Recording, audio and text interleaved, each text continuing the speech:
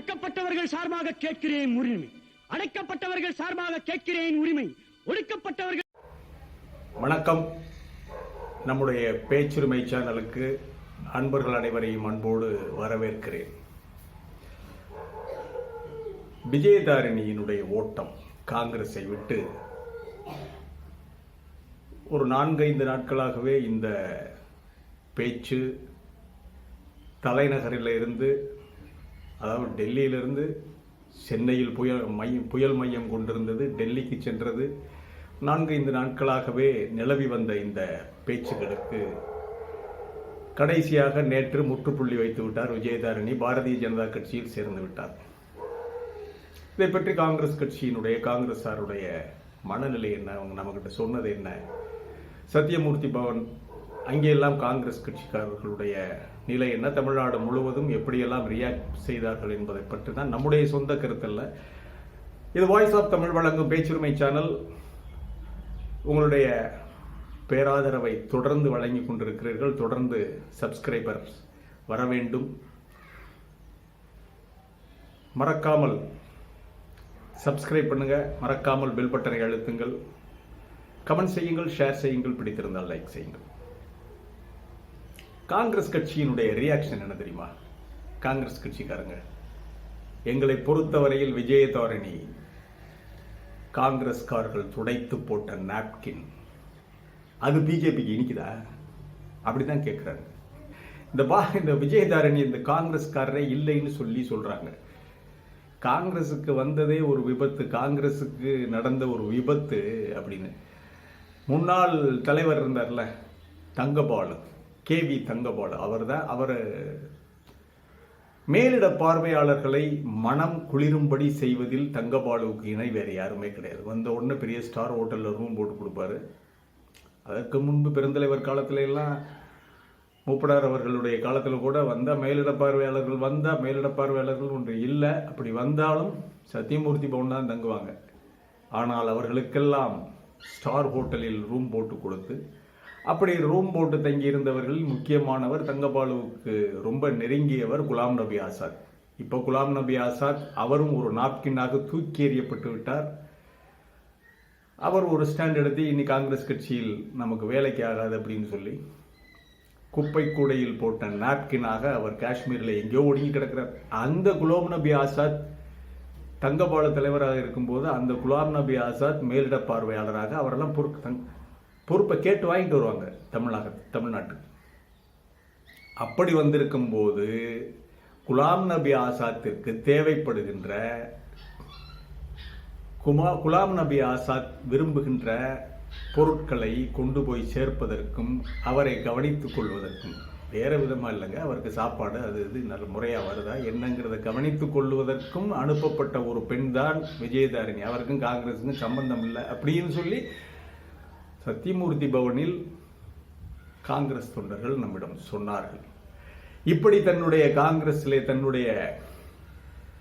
தன்னுடைய பயணத்தை தொடங்கிய விஜயதாரிணி காங்கிரஸுக்கு ஒரு புது வரவு, ஃபேர் லேடி, ரொம்ப அழகா, டால் ஃபிகர், நல்ல சிவப்பு, நல்லா இருப்பாங்க. ஆனால் அந்த அம்மா என்னிடம் பேசும்போதெல்லாம் நான் பேசியிருக்கேன். தேசிய கவி தேசிய விநாயகம் பிள்ளை, கவிஞர் தேசிய விநாயகம் பிள்ளை குமரி மாவட்டத்தை சேர்ந்தவர், அவருடைய ஒன்று விட்ட பேத்தி அப்படின்னு சொல்லியிருக்காங்க. அது எப்படியோ நமக்கு தெரியாது, இருக்கலாம். ஆனால் தனக்கு ஒரு வரலாறு இருக்கிறதாகவும் தான் காங்கிரஸ்காரின்னு சொல்லி அடிக்கடி வலியுறுத்தி சொல்லுவார்கள். நான் ஜெயா டிவியில் தொடர்ந்து பேசிக்கொண்டிருந்த பொழுது அப்போது என்னை தொடர்பு கொண்டு எப்படியாவது தோட்டத்துக்கு போய் அம்மாவை சந்திக்க முடியுமா, அப்போ ஜெயலலிதா அவர்கள் சீஃப் மினிஸ்டர், கேட்டாங்க.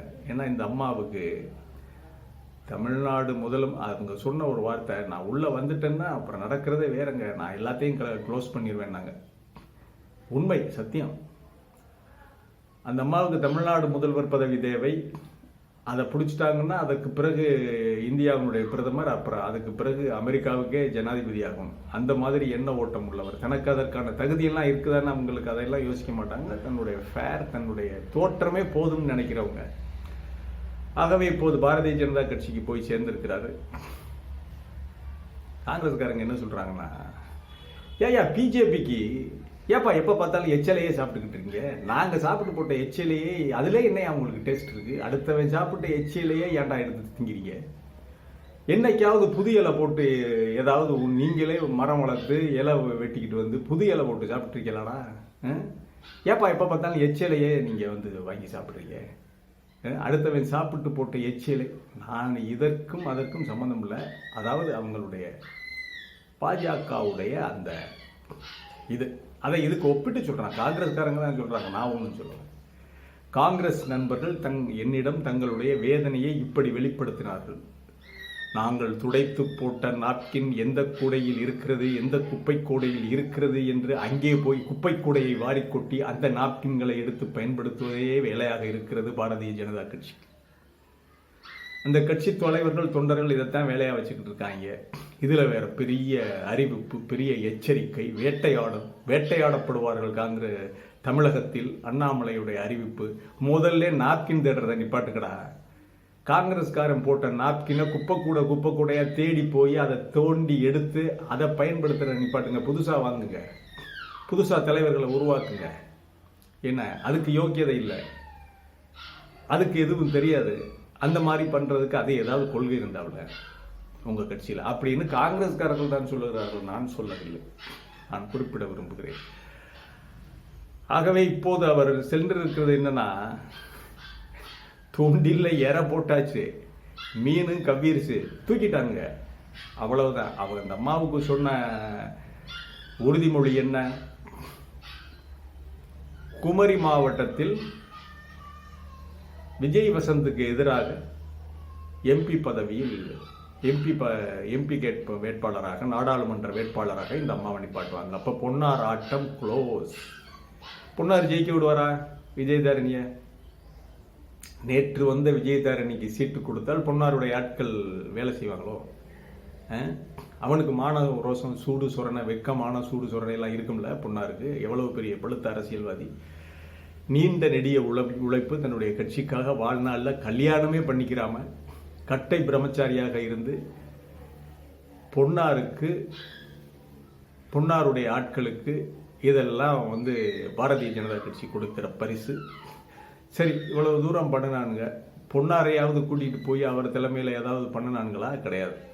பொன்னாருக்கே தெரியாது. என்னையா, கன்னியாகுமரி மாவட்டத்தில் இருக்கிற ஒரு காங்கிரஸ் எம்எல்ஏ அந்த அம்மா கட்சியில், பாரதிய ஜனதா கட்சியில் போய் சேரப்போது. ஏற்கனவே கன்னியாகுமரி மாவட்டத்திலே பாரதிய ஜனதா கட்சியை வளர்த்தவர், காலில் ஸ்லிப்பரோடு தெரிஞ்சவர் பொன்னார். தன்னுடைய சொத்து பத்துக்களை எல்லாம் அளித்தவர், செலவழித்து இந்த கட்சியை உருவாக்குனவருக்கு கிடைச்ச பரிசை பார்த்தீங்களா?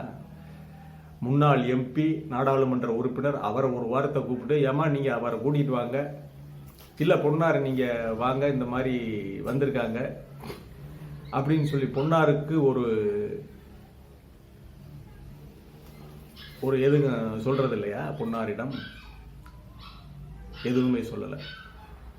என்ன நேற்று வரைக்கும் உங்களுக்கு அந்த வாக்குறுதி, காங்கிரஸ்ல இருந்து விலகி பாரதிய ஜனதா கட்சியில் சேர்கிற வரைக்கும் அந்த வாக்குறுதி கடைபிடிக்கப்படும். சேர்ந்தாச்சு இல்லை, அவ்வளோதான், முடிஞ்சு. வேற வழியில் வருமானத்தை தேடிக்க அப்படின்றாங்க. ஆகவே